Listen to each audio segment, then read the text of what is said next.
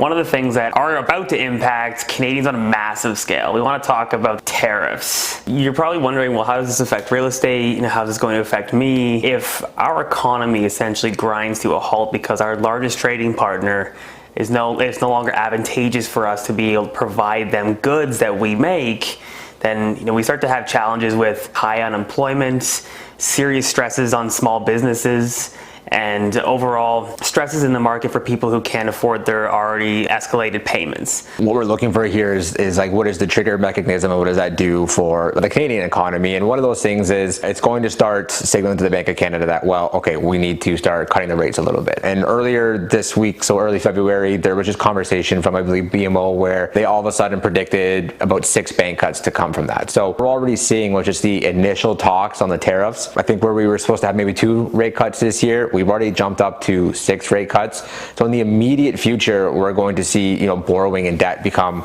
a lot cheaper on the interim. So that is going to be, somewhat beneficial for borrowing, buying power. Now, obviously on the residential side, we do obviously see the correlation between lower rates and higher homing prices. It does create a more of a seller's market because the affordability is there. These sellers are able to get, a little more bang for the buck on the sales price. So as these rates start to drop and everybody starts to take a look at, buying real estate, it's almost already too late. We know these home prices are going to start to go back up once people start getting into the market and purchasing, and probably going to see somewhat the same on the commercial side as well too. We've already seen Bank of Canada Prime, we're at 5.2% today. That's already creating lower and cheaper bridge debt. We're seeing that across the board for the most part.